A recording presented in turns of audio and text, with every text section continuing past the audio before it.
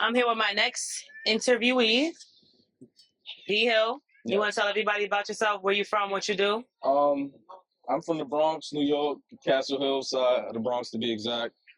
I'm an artist. I enjoy music. I feel like music is a decent form of therapy for the most part. So, yeah. And if you didn't know, I interviewed his brother, who's also known as Hitmaker Die. If you didn't see episode 6, I think you might want to spin the block and check that out. We're not too close, right? Nah. Okay. What's wrong with All right, that? cool. So how was it growing up in Castle Hill?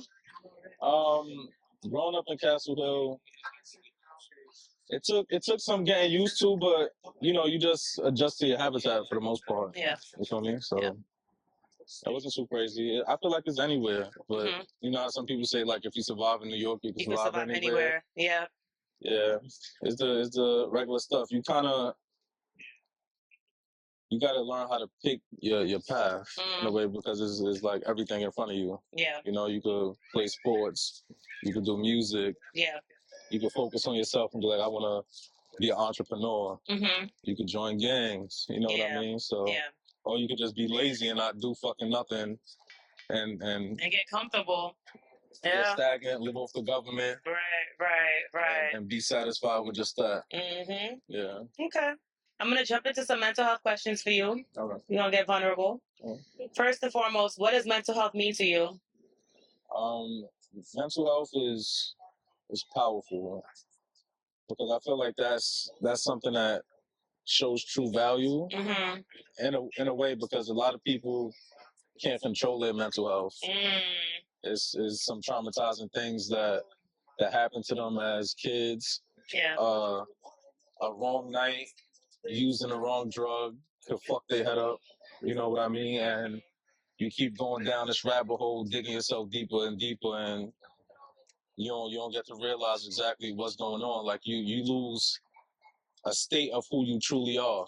You know what I mean? Because you're damaging yourself, and not just drugs could damage you, but as we were talking about earlier, like the environment could damage you, and you don't even realize it. Like, I feel like if you take like two, let's say, 12-year-olds, and then you got this 12-year-old that's grown up with a happy family, cool neighborhood, no violence really, and then you got this other 12-year-old that's jam-packed in a place, violence going on, single parent, whether it's the mother or it's the father, either or, nobody to really talk to, and then you mesh them together, and you'll be able to notice the difference. You know, like some sign like a Venn diagram, like you'll be able to notice the difference. Like one may be happier than the other. One may respond to a situation better than the other.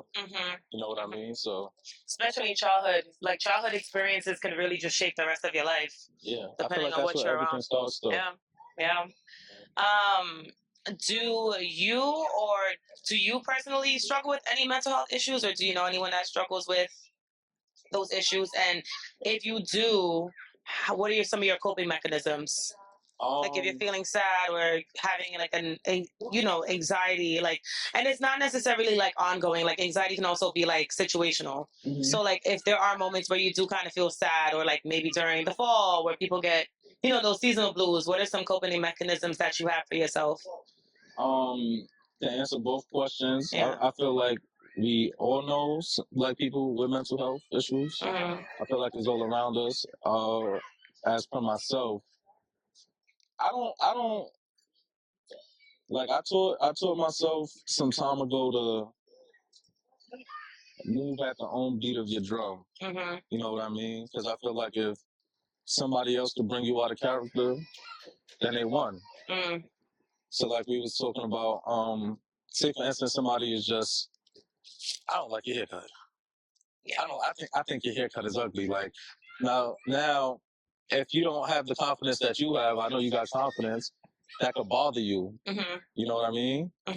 So it's just about how you approach and how you react. I try my best not to let people get a reaction out of me when I know is with ill intent. So dealing with my mental health, something that does get to me, I get like, I want to say somewhat emotional for birthdays and New Year's. Why? because I self-reflect on everything that I've been through. You know what I mean? Just those 2 days though, like just those 2 days out the year. Every other day, you good.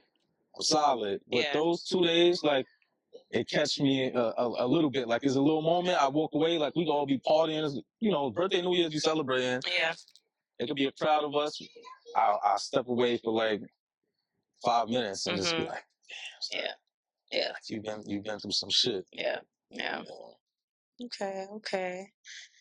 What are some common mental health challenges that you think men in the Bronx face? Or just Black men? Not having an outlet. Elaborate. It's tough. It's tough to talk about exactly what you're going through. You know what I mean? As far as mental health, you're not expressing yourself. So a lot of things are just built in. It's like the Bronx, honestly, is a whole bunch of people ready to explode with what they're going through because they don't have an outlet. You're not seeing no therapist. I don't know anybody that sees a therapist. I'm gonna be real. I don't know anybody that says, I have therapy this Thursday. I can't meet up with y'all. Or I got to call out of work because my therapist session is at this time. I've never met anybody that told me they go to therapy. I'm in therapy.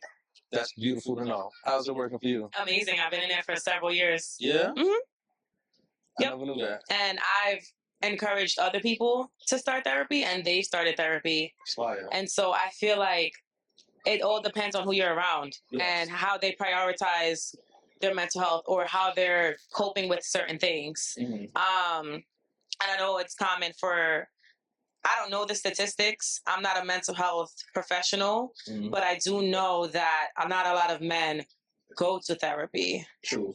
And then I know, like, besides therapy, I have my friends who are outlets. I have God. I have my mom. Sometimes I talk to myself. Sometimes I talk to my cat. So I feel like it varies on the person. It varies on the person and like what you consider your outlet.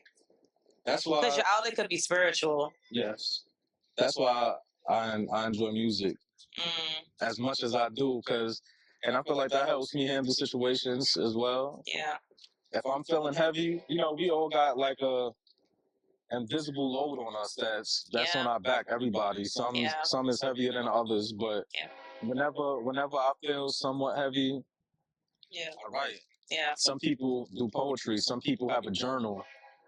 I hear music. I could listen to a beat for like 30 minutes, 45 minutes, and it just calms me down. Or Sade. I could listen to Sade, listen to some Barris. You know what I mean? And I feel like that's beneficial to mental health. So you might have to wait for this fucking train. Oh shit. Yo, we got railroads in the Bronx. Train about to pull up. Word up. Yo.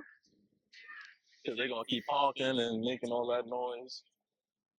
What train is this? I have no idea. This ain't no Metro North. No, I think it's like the dump train, like the garbage train. Yeah. It's the garbage train. It's the garbage. Would you consider going to therapy? I'm not against it. Okay. Because I always tell people when you are going to therapy, you have to be absolutely 100% transparent. Like, don't try to modify information or try to like hide certain things, because if you're sick and you go to the doctor, you're going to tell the doctor your symptoms, right? To try to get a diagnosis, to try to kind of figure out, okay, what do I need to take to feel better? I kind of feel like therapy should have the same approach. Therapy, I told you, like, there's different outlets. You mentioned music. So are there other coping mechanisms that you have besides music that you think helps with your mental health? Nah, I honestly don't think so. But I feel like music is such a powerful tool to use. You know what I mean? Having multiple sources to deal with it is fire, but I think music is powerful enough. It is. It keeps me sane. Like, I don't feel like I need anything else. Me too. You know? Yeah. Kevin was just saying that too, like that his parents had him listen to so many diverse music because of his background, and so he said that that's helped him tremendously with his mental health. And I told him too, like sometimes when I'm working from home, I'll just have different types of music on. Sometimes it's just frequencies. It don't even be music. It could be sounds. Frequencies. Like if I'm going to sleep at night, I'll put on like a sleep sound playlist, jazz. Like it don't even gotta be like, you know, depending on the day. It varies. It's up and down for me. Barris and medicine. For anybody listening, if you trying to wind down, if you cooking, if you cleaning, listen to Barris. Barris Hammond. He's a medicine. Yes, I promise you. I promise you. Or any conscious reggae music, I feel like, or even the religious ones. Some Sanchez or something. Yeah. In the mornings, I like started implementing like gospel into like when I wake up. Okay. You always listen to gospel? Not always. When you start? Not always. When did you start? Like I would say this year. It used to be like a Sunday kind of thing for me. But now there are mornings where I get up and I'm like, nah, I need to bring that energy in my house before I step outside. Fire. It's fire. Finding different ways to deal with anything. Mm-hmm. You know what I mean? I feel like that's... For sure. It's good. All right, cool. So, what are some common mental health challenges that you think Black men face, or just men in the Bronx? I feel like I don't want to say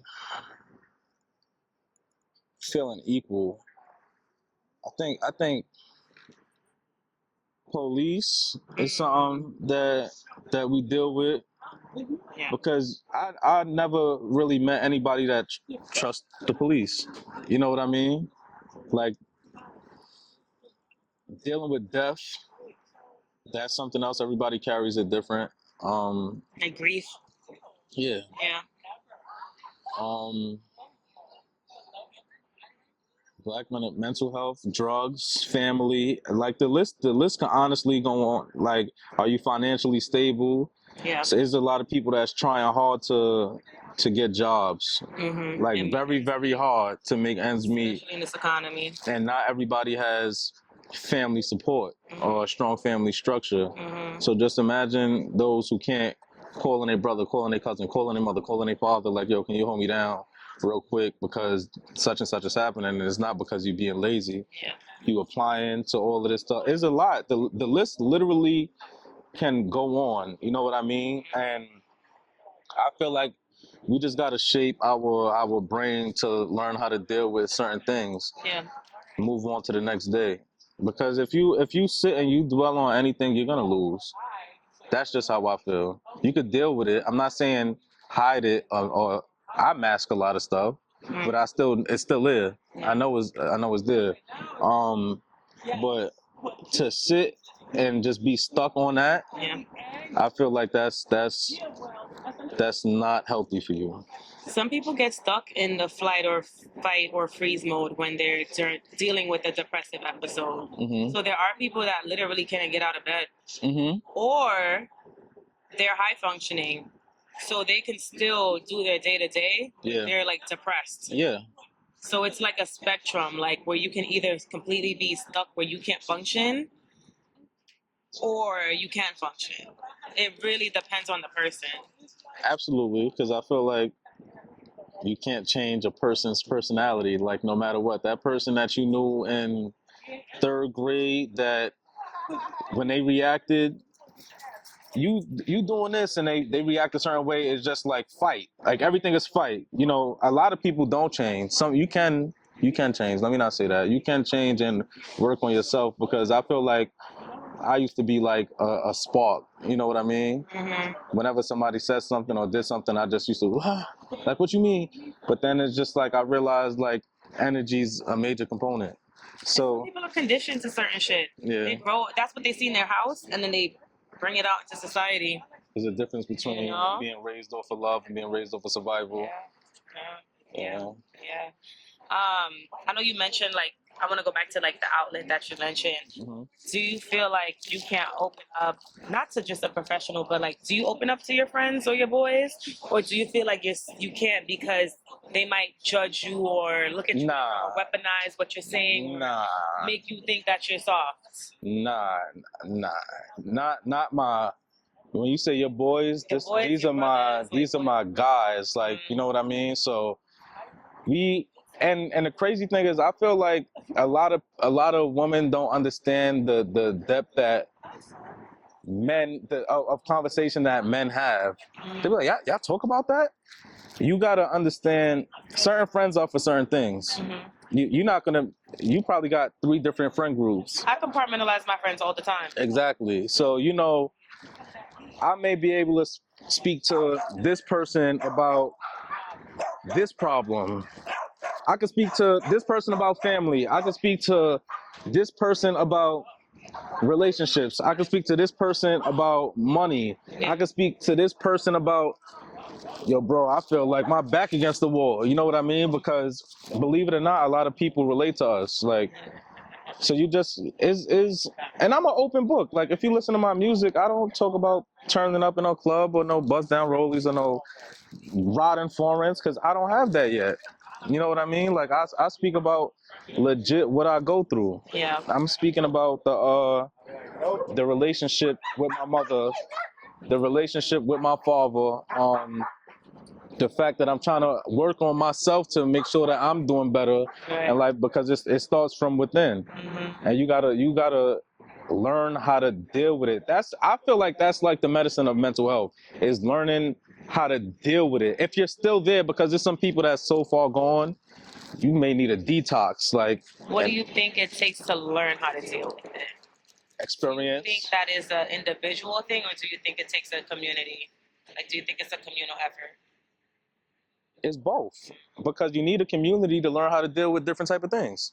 You know what I mean? And then you need yourself to realize, I'm not about to give this person this type of energy, because this is the 3rd time they did this. So now you realize this is just them. I could be a fool and keep going back and keep going back and keep going back. Yeah. What is that going to deal with? You ever cried in front of your boys? Yeah. Hell yeah. I cried in front of my brothers. My brothers? Yeah. Like, we lost the brother. You know what I mean? Due to violence. Like, we lost the brother.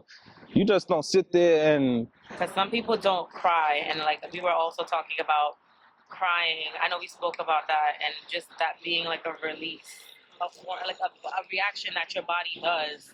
I think the only time I've cried was when we lost one of us. And I don't want to say lost, because I know he's still here in the spiritual aspect, but when we lost him in the physical, like, that was like one of those scars that wasn't gonna heal. It wasn't gonna heal. That's an unhealed scar to this day. You know what I mean? And I'm around a bunch of like-minded individuals that feel exactly how I feel. I'm not about to hide this man lived with us. You know what I mean? So it's a tough situation. Like, this is somebody that you wake up, yo, let's go to the store. Yo, moms need help with this. What you got on the bottle? These people coming over. Then it shifts your whole day-to-day routine. Now is who I'm about to tell to help my mother if I'm not around. Who gonna call me and tell me, yo, unlock the door? I'm like 5 minutes away. Yeah. You know what I mean? And then, like, we just use, for example, I could talk to this person about this person about that. I spoke to bro about certain things. I can't speak to him about that no more. Like, those conversations, they done. You know what I mean? So I feel like that's the only time I've cried in front of my brothers. I don't really like to consider myself an emotional person. Like, I don't consider myself an emotional person, but I've definitely cried. I'll be a liar if I said I ain't never cried in front of my... Nah, nigga, you cry. Real men cry, bro. Give it up. Real men cry, bro. Yeah. It's a human emotion. It's a purge. It's a purge. Literally a release. Like, you have to. Do you, like, what changes do you think, well, what changes would you like to see in terms of mental health in the Bronx? Or just the resources or accessibility to it? Do you think it's something that is really out there for us? Or is this something that you really have to, like, look for and find and seek out? Yeah, you gotta seek for that.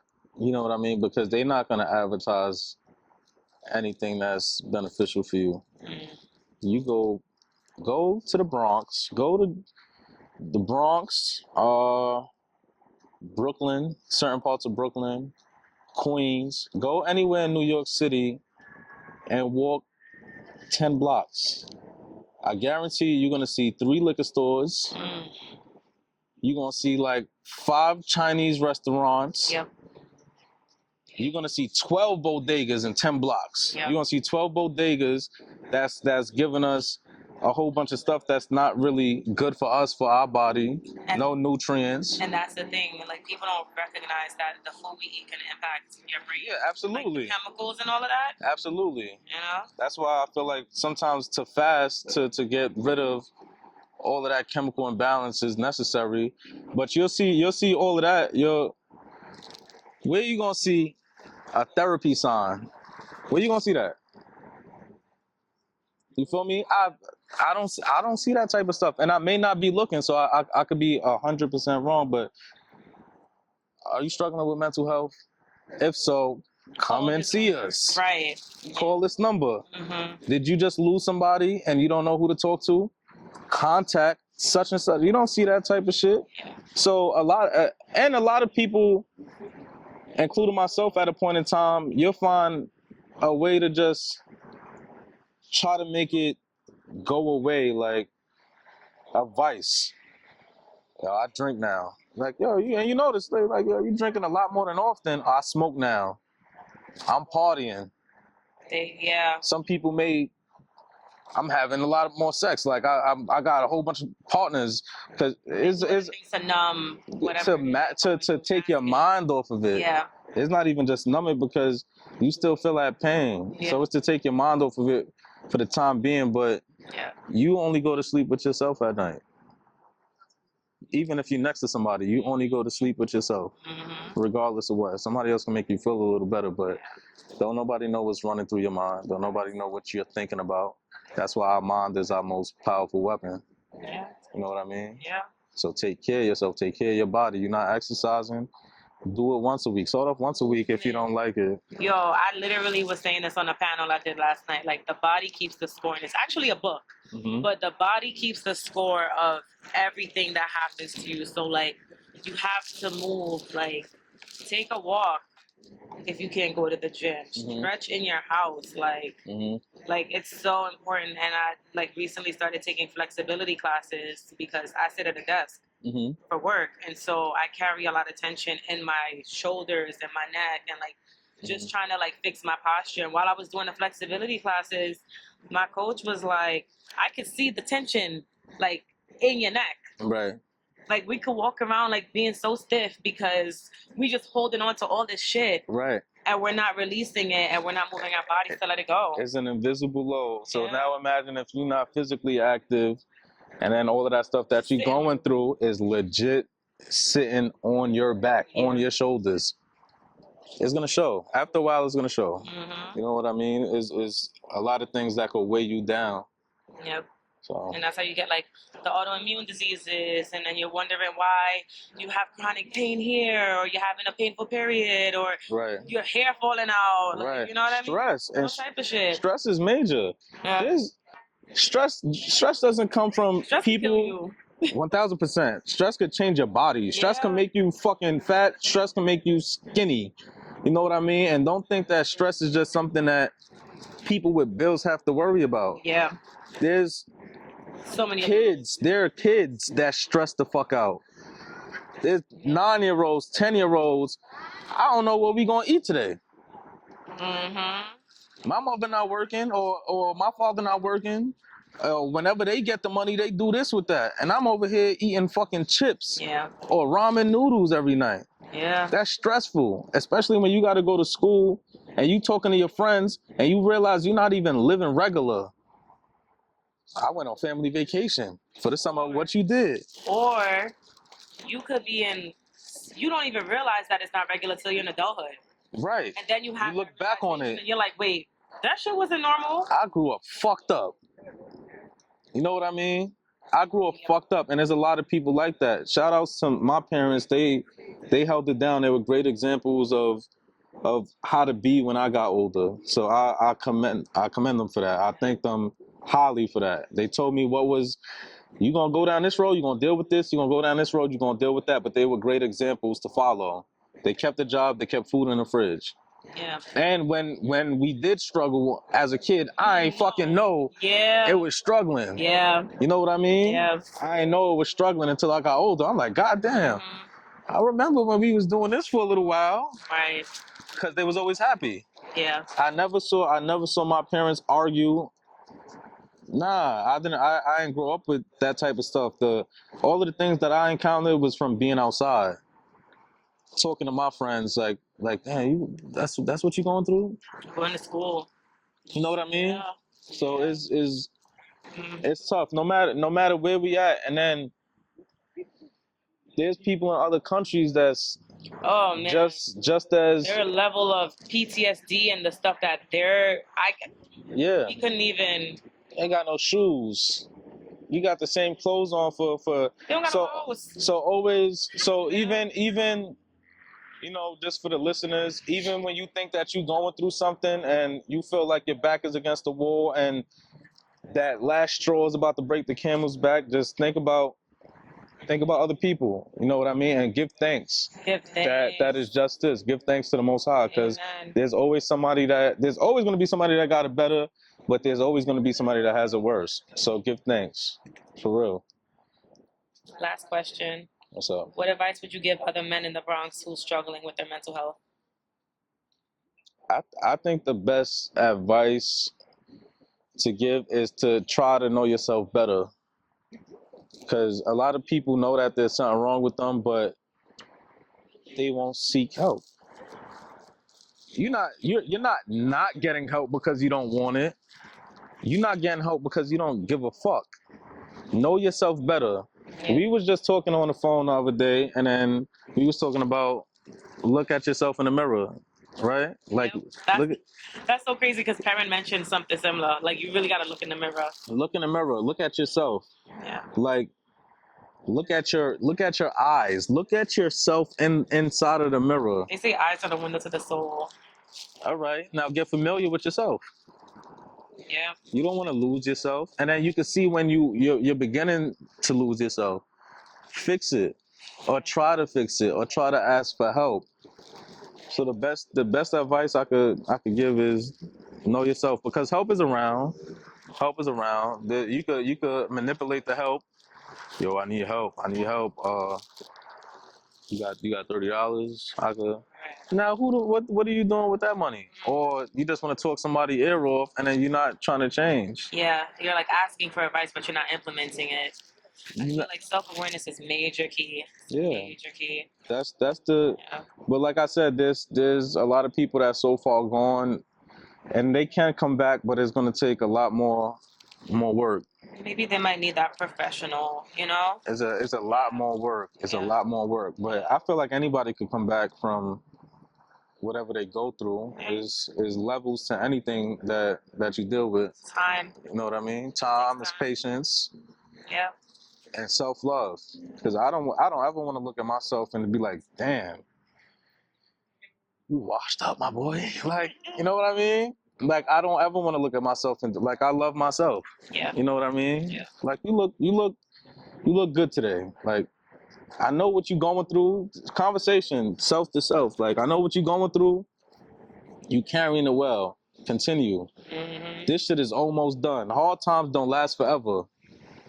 We got this. You know what I mean? You got to talk to yourself, because if you think that you're losing, or if you put yourself down, you lost. Yeah. Like, legit. If you're the person to put yourself down and look and be like, yo, it's over for me, you lost already, bro. Sis, pack it up. You lost.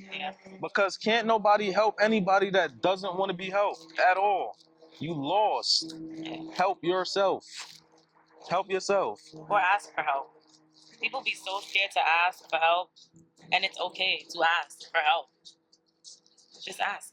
If you can't do it yourself, ask somebody. But you got to be willing to accept the help, because you can ask for help, and then you even some people be scared too because they ask for the help and then it might get thrown back in their face, or that's a major thing. weaponized, or you know what I mean. So I know that's a major thing, but I feel like we come from a place where it's so tough, because legit everybody has their own story, but you don't know their story. Yeah.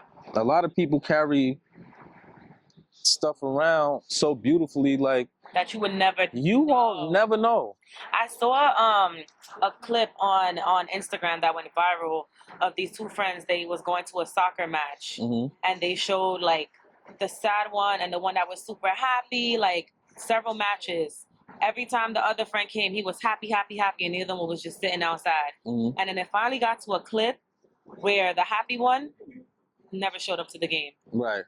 And the sad one was sitting there like, and I assuming that he like, you know, unalived himself or whatever the case is. But it was so like, it showed like somebody could literally be in high energy and be super happy and have all these vibes when you see them, and you don't really know internally what's going on with them. A lot of times the people who make people laugh the most are like the most depressed. Yeah. You know what I mean? So you don't really know, but that nigga that's making sure that everybody else is good, nobody else is probably checking for him. 100%. Yeah. For sure. Like you don't know what that man is going through. You don't know what that woman is going through. It's tough. Like it's legit tough. So. Well, thank you for this conversation. Thank you. Do you want to tell everyone where they can find you on Instagram, social media? You could follow me on Instagram at Honorable Hill. I'm around. You know, get in contact with me if need be. And he'll be tagged on this post. So. Yeah. Thank you. Thank you. I appreciate what you're doing. I tell you that all the time off the camera, but since we on camera, I appreciate what you're doing. You're bringing light to a lot of things that we don't really speak about. Yeah, for sure. In the community, and if we do, it gets frowned upon. So I feel like you're doing a great thing. Keep it pushing. Keep going. I love to see it. I love seeing a post. If this is a form of flowers, I accept them. Yeah, you know what I mean? If this is a form of mental health, there's mad bugs around here. But if this is a form of mental health, like somebody that's going through things, and the fact that they could go to your page to hear other people's stories, that may be helping somebody that you may never see or hear from. You know what I mean? So such a power in storytelling and vulnerability. You know, so I do hope that this resonates with other people that are watching. Yeah. And that they can take some gems from it. Yeah. So or listening. Keep doing what you're doing. I'm proud of you. All right? No. Yeah.